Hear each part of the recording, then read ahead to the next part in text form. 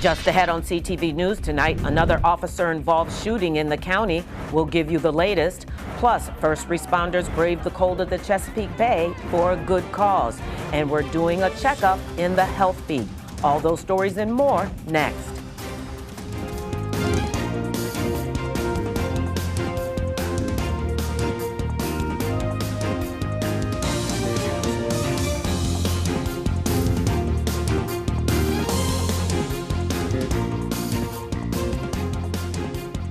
Good evening. This is CTV News for February 2nd. I'm Patricia Ballone. Well, a Prince George's police officer fatally shoots a man suspected of breaking into a Suitland home. This marks the second police-involved shooting in the county this week. Police say officers received a call about a suspect breaking into an apartment last night. This all happened at the Wyndham Creek Apartments in the 5100 block of Suitland Road on Thursday just before 5:30 p.m. The officer found the suspect inside the home, and a verbal exchange occurred between the officer and the male suspect. During a press conference, Police Chief Malik Aziz says that the officer ultimately shot the suspect. The officer discharged his weapon, striking the adult male one time. That adult male sustained fatal injuries, and the officer rendered aid but was unable to revive that suspect who he had encountered. A gun was recovered at the location. And the Maryland Attorney General's office will be investigating the incident. Well, two late-filed bills from the county executive's office have one Prince George's lawmaker concerned about possible budget cuts to the school system. Delegate Ashanti Martinez says the legislation would move some funds currently dedicated to PGCPS into the general fund to help balance the budget. The revenue is generated from telecommunications and energy sales taxes. What the county executive's office is asking us to do is essentially take money that we already know is dedicated to operations within our school system and move it in a way that we have questions on. And so I ultimately think we have to get answered, what are we taking away when we move this money and how that impacts our students. You know, the letter that I talked about that came from the superintendent of schools talked about there being large cuts to disability services, talking about mental health services being cut. This is not the time for those types of cuts, and I'm really encouraged about what the county executive said during delegation this morning about her commitment to those areas of concern, but I still need to hear from the school system, what is it that these cuts will do and how does this really benefit us as a county? And you can watch the Prince George's House delegation meeting on YouTube to get a full update on the issue. You can also learn more about the two late-filed bills, HB 406 and 407, by logging on to the Prince George's House Delegation.com. Well, after months on the campaign trail, Angela Alsobrooks has made it official. The Prince George's County executive has officially filed as a candidate for a U.S. Senate seat. It happened yesterday at the Maryland State Board of Elections in Annapolis. Alsobrooks is running to fill the seat held by Ben Cardin, who is not running for re-election. Alsobrooks' main competition comes from Congressman David Trone. The Democratic primary is May 14th. The large redevelopment project at the former Prince George's Hospital Center in Cheverly was rolled out with a lot of fanfare last week. Now some residents are looking to temper the plan. Currently, plans call for the new project to connect directly with the town of Cheverly by taking two residential streets that are currently dead ends and opening them up to the redeveloped area. Developers and town leaders met with residents on Tuesday night to hear their concerns. The builders say creating those through streets is critical to attracting the retail options residents want. The ultimate decision will be up to the town. A girl is stabbed at a Montgomery County Middle School Thursday afternoon during a fight with another girl. The incident happened at Benjamin Banneker Middle School in Burtonsville just before 2 p.m. Police say both girls were taken to the hospital with minor injuries. The school sheltered in place following the stabbing. Students were released on a staggered schedule after the incident. Maryland Attorney General Anthony Brown joins a multi-state coalition opposing Texas's ongoing effort to end its DACA program. 23 attorneys general have filed an amicus brief before the U.S. Court of Appeals, urging the court to reverse a decision made to abolish the program. The Deferred Action for Childhood Arrivals program has assisted more than 825,000 undocumented immigrants who arrived in this country as children. Through the program, Dreamers, as they're known, can enroll in college, serve in the military, start businesses, and legally work in the U.S. And you are watching CTV News. Coming up, we are plunging for a good cause. I'm in Annapolis to celebrate a Maryland tradition and cheer on our first responders as they take the polar bear plunge. Coming up on CTV News. I received my master's and I started counseling in Deer Park, Pasadena, Texas, and was out playing basketball and had a real bad back injury. The physician gave me some painkillers and they worked beautifully. I mean, I was using those pills frequently. And at the same time, thinking that I was quote unquote functional, my wife starts saying to me, look, Robert, the pills are destroying our family. Can I stop real quick? Right. At that point, my wife decided that she needed to get away because the kids were growing up seeing an addicted father. I cried out and asked God to somehow deliver me from the substance abuse. I wanted to stop, but I couldn't. I ended up living on the street in an abandoned warehouse for 12 years. There happened to be a hole that had somehow been cut out. I would lay on that nasty mattress and I would look through that hole and I would ask, God, is this it? Where are you? Where are you? The ARC had saved my life. What the work therapy gave was structure. I felt like I was a part of something again. And now today, I am the intake coordinator where I have that opportunity to give back to others what the ARC gave so freely to me. Nothing is more powerful than that.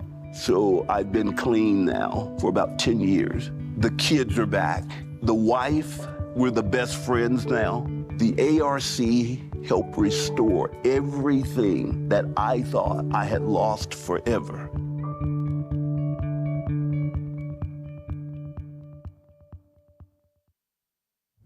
Welcome back. Well, some familiar faces from Prince George's law enforcement got together with other first responders from around the state to raise money in Annapolis today. CTV's Mariah Jalad was with them on the beach today. I'm here at the annual Polar Bear Plunge where hundreds of people are about to run into the Chesapeake Bay in this 40-degree weather.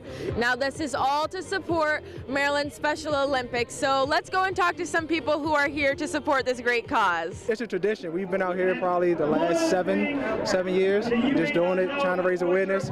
Here to get cold. Every year, the Special Olympics Maryland Polar Bear Plunge raises hundreds of thousands of dollars to help people with intellectual disabilities participate in sports. Today's police plunge featured departments from around the state, including our very own Prince George's County Police and Sheriff's Office. Tell myself that I am in Jamaica on a nice hot beach instead of out here in the cold, so that's how I get through.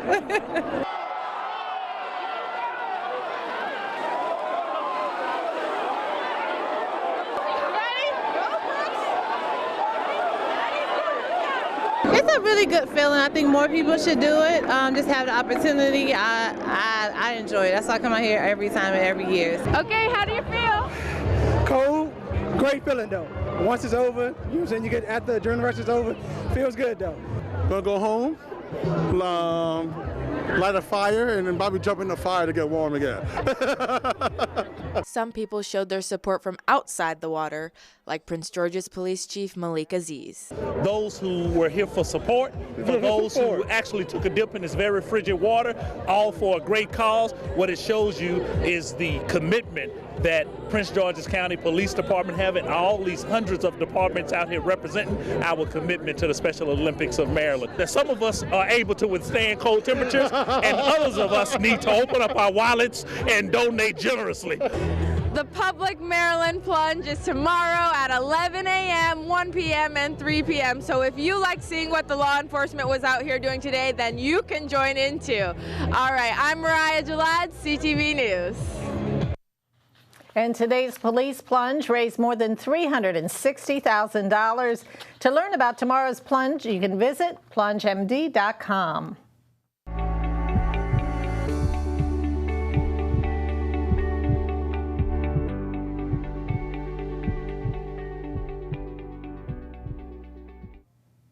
And we are checking in on your heart in today's Health Beat. February is National Heart Health Awareness Month, and today is National Wear Red Day. In 2003, the American Heart Association created the Go Red for Women campaign to raise awareness for cardiovascular disease and the nearly 500,000 American women who die each year. To help prevent heart disease, the CDC is recommending eating foods high in fiber and low in saturated fats, trans fat, and cholesterol, along with regular physical activity. Heart disease and stroke are the ¡1 killers of women in America. And according to the American Heart Association, nearly half of all adults in the U.S. have the potentially deadly condition, and many don't even know it. Tonight, Byron Scott talks with a local doctor about what you need to know about blood pressure. Black Americans make up 14.2% of the U.S. population, but more than half, 55%, have high blood pressure. All right. First, let's talk about blood pressure. There are two components. The top number, which is called systolic blood pressure. The systolic blood pressure, basically, when your heart squeezes out blood against the blood vessels, it's the amount of pressure that is in the blood vessel from the heart squeezing the blood out. The second component, or the bottom number, is the diastolic blood pressure. The diastolic blood pressure is when the heart relaxes and fills up with blood. The two numbers give you your reading. So what I want you to do, I want you to roll your sleeve up for me, please. And while we're on the topic, do you know what numbers constitute a normal blood pressure? We asked a few people. Do you know what good numbers are? No, I don't. To be honest with you, I don't. I think 181 over 120.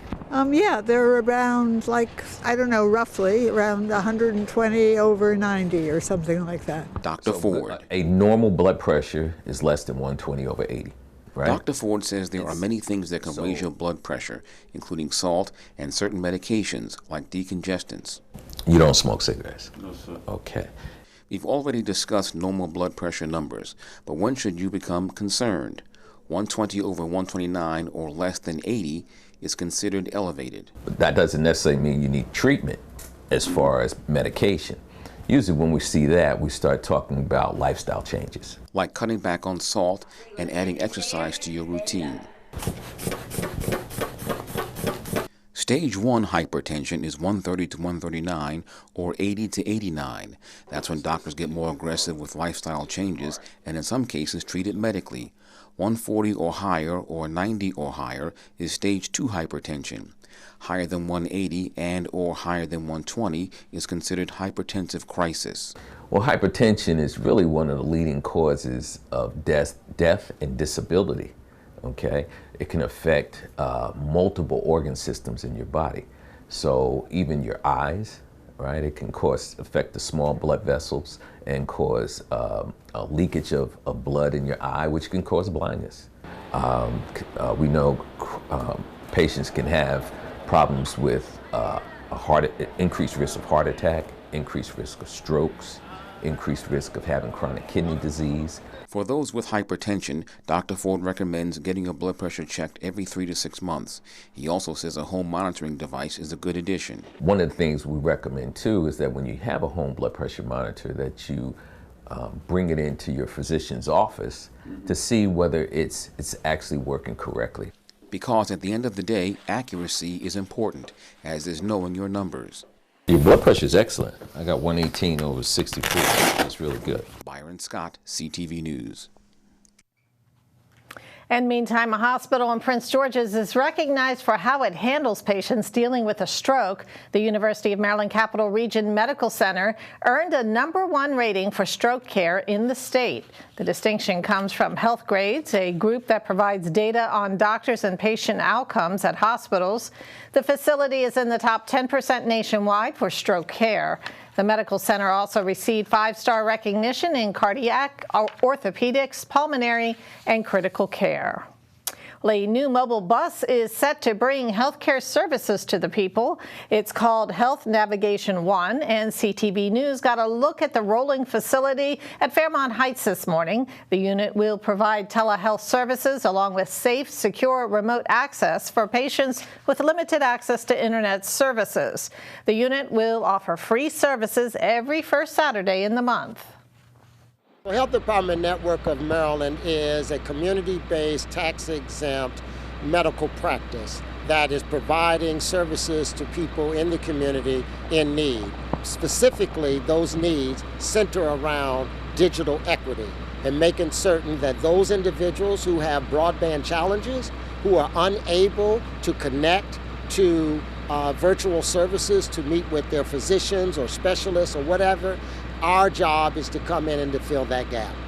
The monthly health check gives people in the community an opportunity to do a check on their health. So their vital signs will be checked by our licensed professionals. Their blood pressure, glucose, their weight, all of that will be checked by a nurse on tomorrow.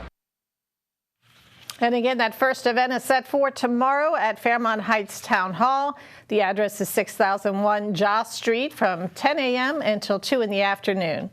Next month, they'll target Seat Pleasant and Capitol Heights in April.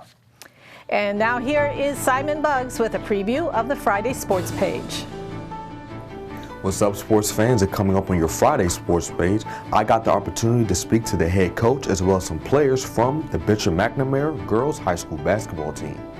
I'll have more what the three had to say coming up soon. Stay tuned.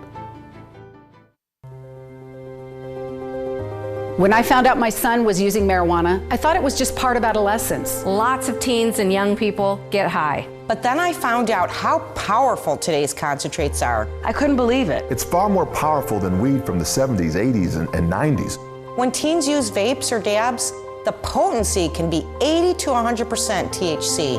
THC can cause addiction, hallucinations, paranoia, anxiety, and cannabis-induced psychosis in youth.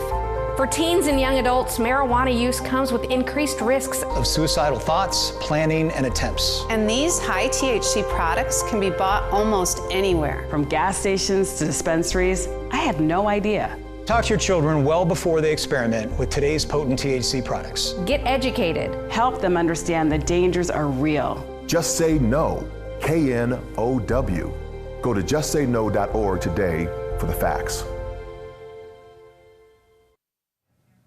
Thanks for staying with us. Well, good news on the jobs front tonight. The labor market grew by 353,000 jobs in January. Unemployment held at 3.7%. It has been under 4% for 2 years, the longest stretch since the 1960s. The job gains were roughly double what economists had predicted. The January report is seen as a major boost to the Biden administration, especially heading into the elections. In a statement, the president called the American economy the strongest in the world. Well, today, Tesla announces another nationwide recall on 4 of its models due to a federal safety regulation issue. More than 2 million Tesla vehicles will receive an over-the-air software update to make the warning lights on its displays larger. According to the National Highway Traffic Safety Administration, the font size of the warning lights is too small and can increase the risk of a crash. Tesla says they are not aware of any crashes or injuries related to the issue, but will be updating the affected models immediately.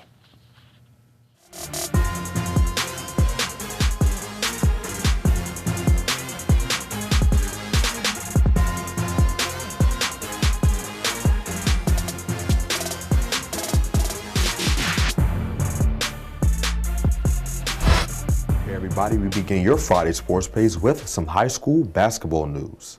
The Bishop McNamara girls high school basketball team is in the midst of another great season as they're currently 19-3, 8-0 in their conference, the WCAC, and ranked number 1 in the state. CTV Sports was able to catch up with first-year head coach Ron James, and he believed that with the talent this roster had, this squad could make some noise this season. Can't say I expected to have this much success, but definitely was hoping so. With the work that I know that we put in and the players that we have and what they've done prior to my arrival, I was expecting great things, so I'm pretty pleased with their success so far. And there's some things we still want to do and finish the job. In addition to being ranked #1 in the state, the Lady Mustangs are also ranked #7 nationally. And James said that having such a high ranking is a nice building block to them winning a national championship. One of the ultimate goals here is to become a national champion, so being considered one of the top 6, 7 teams in the country is a step in that direction. We've had some opportunities to compete even against the top teams in the country, and that's what we want to do because we consider ourselves to be a top team in the country. So that's a part of the mission. So we want to keep taking a step forward in that way, or at least that's going to be the ultimate goal, and then also recognize the importance of, in order to do that, our interest and our pursuit of a WCAC championship is a must. A key part to any team being successful is having leadership, and seniors Lene Corbett and Madison McDaniel have taken on that leadership role this season. I feel like me being aggressive on the floor, it definitely gets my teammates going. Just having that force on the floor, it gets everybody going. So, and also keeping everybody in the right mind, including myself, that's what pretty much I'm doing for the team.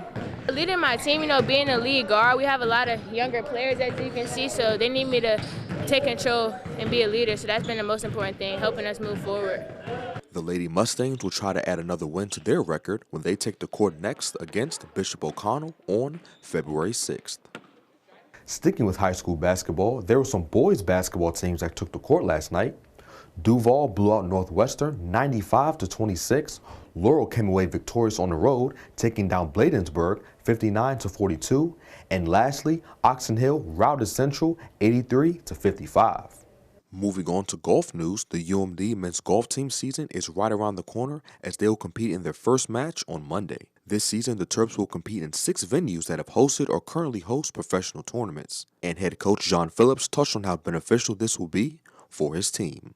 Oh, it's invaluable. I mean, that's why the majority of players come and play college golf, is to get ready for professional golf. And so by being able to compete on golf courses that either currently host or have host or will host in the future professional events, one, it allows them to compare themselves directly with scores. When the tour played here, what did they shoot, what did I shoot, and then also some of the places that we go host qualifying schools for various professional tours. So if a professional tour hosts there again, they'll be familiar with the golf course. So it's huge, and not to mention that just the quality of venues. The PGA Tour and the Korn Ferry Tour, they don't play on bad golf courses. So if it's good enough to host a tour event, it's probably going to be a pretty good experience for our players. And that is your Friday Sports Page. Simon Buggs, CTV Sports. Thanks, Simon. Well, today is Groundhog's Day, and neither Punxsutawney Phil in Pennsylvania or Potomac Phil in Washington, D.C. saw their shadows, and that means spring should come early this year. But let's get a quick check on our 3 days with our 3-day weather forecast. Tonight is clear and 31 degrees. It'll be sunny and breezy this weekend with clear skies. Saturday will be in the high 40s. A little warmer on Sunday at 49 and 48 on Monday. That wraps up our CTV News Update. I'm Patricia Vallone. Join us again on Monday for more local news. Have a great weekend.